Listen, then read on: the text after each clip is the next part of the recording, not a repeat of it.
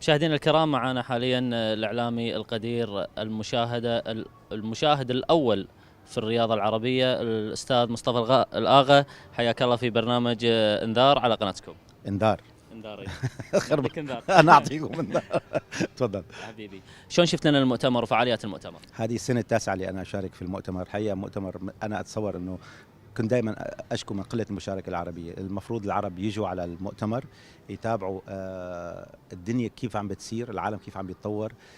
انتم بالكويت المفروض اول الناس تحضروا، لانه الاحتراف غير موجود في الكويت. الكره الكويتيه ما لا مثل ما كانت في البدايات، كانت متطوره. كانت اول عرب يفوزوا، اول فريق عربي من اسيا يفوز بلقب اسيا، اول فريق من عرب اسيا يتاهل لكاس العالم. الان الكره الكويتيه عم بتعاني، رغم انه رئيس مجلس الامه رياضي الاخ مرزوق الغانم، وبحييك اعضاء مجلس الامه يعني. لكن اتمنى فعلا انه الرياضه تاخذ دور اكبر، تاخذ حيز اكبر، تاخذ اهتمام اكبر. الكويت بلد غني، بنقول ما شاء الله. يجب ان يكون هناك ملاعب جيده، يجب ان يكون هناك اداره رياضيه جيده، وهذه الاداره لا يمكن ان تكون ما لم يشاركوا في مثل هذه المؤتمرات. نوعيه الاحتراف عندنا غائبه جدا على الصعيد، طبعا حتى الاحتراف الجزئي مفقود يعني نوعا ما، هو كل 3 شهور.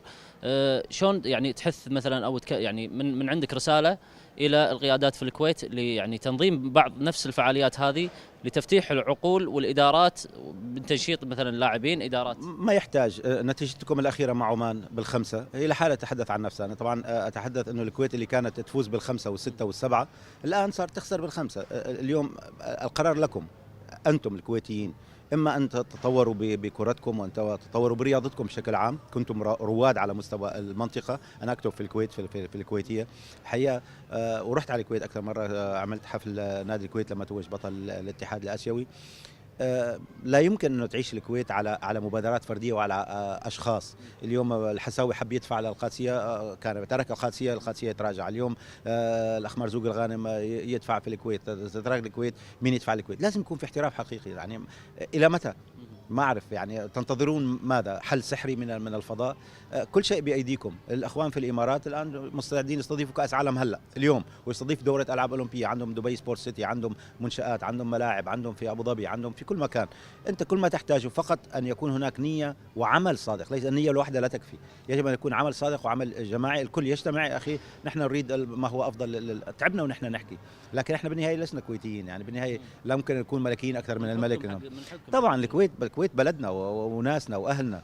اتمنى فعلا انه يعني كنت بتمنى لو معظم رؤساء الانديه الكويتيه موجودين في اليوم. عم بتشوف هامات من بلاتيني لكابيلو موجود عندك كولينا، تحكيم، اداره، كلهم موجودين اليوم. تشوف كيف الندوات البلد كيف فريق مثل اتلتيكو مدريد كان مديون، الان وصيف بطل دوري ابطال اوروبا، بطل الدوري الاوروبي، عم يجيب لاعبين، عم بيع لاعبين. يا اخي ما يحتاج شيء، يعني فقط تحتاج عمل مخلص حقيقي بعيد عن المهاترات والمشاحنات والخلافات والشخصنة.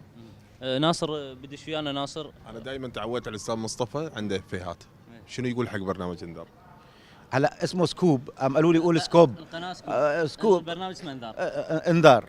يعني انا عندي بالبرنامج في شيء اسمه بطاقه بيضاء وبطاقه صفراء وبطاقه حمراء. انا بالنسبه لي حطلع لكم بطاقه بينك يعني بطاقه ورديه، لانه انتم شباب حلوين وبتمثلوا الكويت خير تمثيل. اتمنى انه فعلا يكون كل واحد في المكان المناسب، واتمنى الحقيقه التوفيق لهالقناه سكوب.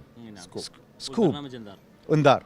طيب انذار معناته لازم تلبسوا الاسود او اصفر. انتم نعطي انذار حق معد البرنامج احنا عبد اللطيف. حبيبي، هذا حبيبي، هذا حبيبي، هذا يطلع له كرت ابيض. حبيبي كل الشكر. هلا وسهلا. بلاتينا عايز يغير ويحط الكرت الابيض. حبيبي. معنا حاليا شخص قدم لنا حفاوة كبيرة من خلال مؤتمر دبي الرياضي التاسع. هو استقبلنا واليوم قاعد نختم معاه آخر برنامج، آخر فقرة لنا، الأستاذ سامي الإمام، المنسق الإعلامي ويعني المسؤول الإعلامي للمؤتمر. مساك الله بالخير أستاذ سامي. مساك الله بالنور وحياكم الله. ويعني حقيقة أنتم كنتوا اليوم يعني أو هذا المؤتمر ضيوف أعزاء علينا، سعدنا بوجودكم وإن شاء الله تتواصلون معنا في السنوات الجاية إن شاء الله. أستاذ سامي كلمنا عن المؤتمر، بما أن ما شاء الله يعني تسلسل إلى 8 سنوات ويعني اليوم كان السنة التاسعة له. نعم، هي شوف أن تنظم مؤتمر سنوي تحدي. كل سنة أنت تجيب نجوم يقول لك وماذا بعد. 2007 مثلا يجيك اجانا زيدان قال لك شو بعد زيدان تقدرون تجيبون، اجى رونالدو كريستيانو رونالدو قال لك شو بعد. فهي دائما تحدي. احنا في هذه السنه الحمد لله يعني نجحنا انه نستضيف ميشيل بلاتيني رئيس الاتحاد الاوروبي لكره القدم للمره الثانيه خلال 3 سنوات. يعني 2012 افتتح المؤتمر هو، والان هو افتتح المؤتمر. امين عام الاتحاد الاوروبي لكره القدم، رؤساء انديه، اول مره رئيس نادي يوفنتوس اندريا انيلي يجي يتكلم في مؤتمر في المنطقه عندنا. اتلتيكو مدريد استغل فرصه المؤتمر للاعلان رسميا عن عوده فرناندو توريس لفريقه. جالس تصير امور طرح حتى حقيقه يفوق منطقتنا. يعني احنا في البدايه كنا نتحدث عن كيف نطور الكره في الامارات، نستفيد من اليابان، نستفيد من التجارب العربيه والاسيويه الناجحه. الان بدا العالم يتجمع هنا حتى يطرح قضايا تتعلق بكره القدم العالميه وليس فقط منطقتنا. الكرت الابيض، تكنولوجيا كره القدم، الاستثمار الذكي، الاداره الذكيه، كيف تحول نادي من نادي مديون ما عنده يدفع رواتب كما هو اتلتيكو مدريد سابقا الى نادي الان عملاق ينافس على بطوله اوروبا ويفوز بلقب الدوري الاسباني. هذه كلها نماذج احنا سعداء ان تكون موجوده. كما نحن سعداء انه القاعه يمكن شفتوها قاعه فل ما شاء الله، وهذا يدل على مدى التفاعل. هناك الكثير من الشخصيات التي حضرت للمؤتمر حضرت على نفقتها الخاصه. المؤتمر لا يدفع أي مبلغ بوكيت ماني كما يقال لأي نجم من النجوم. ضيافته فقط علينا، طيارته وفندقه فقط، ويتحدث. وهو الكثير منهم بما فيهم كابيلو المرة الرابعة على التوالي، الكثير منهم حريص على أن يأتي هنا، وبعد ما ينتهي المؤتمر يقول نراكم في السنة المقبلة إن شاء الله. سؤال أنت توك طرحته وأنا برد أعيد لك إياه، ماذا يفعل مؤتمر دبي الرياضي العاشر؟ شنو الفكر؟ شنو التوصيات اللي طلعتوا من عندها على اساس تنقلونها الى السنه العاشره؟ صحيح، طبعا هي اكيد الاحتفاليه العاشره راح تكون مميزه. يمكن احنا كل سنه نشتغل من شهر 4 لنهايه شهر 12 على المؤتمر كل سنه. اكيد هالمره العاشره يمكن حتى من شهر 3 نبدا نشتغل عليه، لانه يجب ان تكون احتفاليه مميزه. على صعيد التوصيات، احنا خلال 8 مؤتمرات السابقه 110 توصيات صدرت، مع توصيات هذا ممكن 120 توصية عفوا. هذه ال 120 توصية عندنا آلية للتنفيذ، احنا نفذنا تقريبا ما يعادل 90% منها. هناك توصيات تتعلق بجهات أخرى أكبر من مجلس دبي الرياض، تتعلق بالحكومة الاتحادية. هناك توصيات تتعلق بتطوير عمل الأندية، يجب تغيير هيكلية الأندية. إذا نحن ماضون في تنفيذ هذه التوصيات إن شاء الله، واكيد يعني ان شاء الله تجون السنه الجايه تكونون معنا وتشوفون فد شيء مميز جدا. الله يوفقكم ان شاء الله دائما. شكرا لك استاذ سامي على حفاوه الاستقبال والوداع، وان شاء الله إن نراكم ان شاء الله في السنه القادمه من الافضل الى الافضل ان شاء الله. ان شاء الله. حياكم الله في وطنكم الثاني الامارات، وشكرا على استضافتنا على قناتكم، واهلا بكم وبمشاهديكم. شكرا ريحه هلي. السلام عليكم.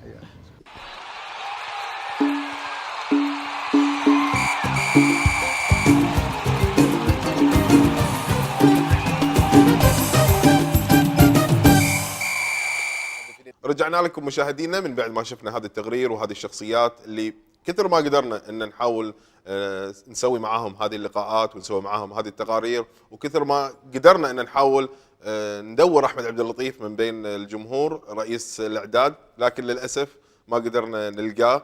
عبد الرحمن، انت كرياضي ولما تشوف مثل هذه الشخصيات كانت متواجده في المؤتمر، احساسك شنو يكون؟ ناصر، شعوري ما اقدر اوصفه بكلمه سعاده، لان هذا فخر لاي رياضي يعني او محب للرياضه انه يكون جزء من هذا المؤتمر. انا بالنسبه لي ممكن ان انا مثلا التقيت في بعض المباريات او رحت شاركت في معسكرات في شخصيات نفس هذه. انت كونك اعلامي يعني ما دشيت في هذه الاجواء، انت شنو كان رايك في المؤتمر؟ عبد الرحمن، امانه يعني كنا نتمنى انه يكون مثل هذا المؤتمر يعني موجود في الكويت او تقييمه الكويت، او بشكل دوري يكون بالكويت، يكون بشكل دوري سنوي بالكويت. او كل نعم. سنتين، مو كبرنامج او يكون كجدول موجود بالكويت. احنا امانه لما انت تروح تشوف مثل هذه الشغلات في الامارات العربيه المتحده او اي دوله خليجيه او اي دوله عربيه، السؤال اللي يطري عليك وانت قاعد او انا كنت موجود في المؤتمر، ليش ما يكون عندنا او شنو ناقصنا احنا بالكويت؟ احنا ناقصنا وايد، مو ناقصنا لا يعني امانه احنا اللي نشوفه غير اللي نسمعه. ناصر انت لو تجيب الاسامي الموجوده الى دوله الكويت، انت اول شيء تبي توريها منشاتك الرياضيه، تبي توديها طبعا فنادقنا لا ما في مقصور من الناحيه هذه، تبي اماكن سياحيه يعني على مستوى اعلى من الموجود في الكويت. بس شنو ناقصنا عبد الرحمن؟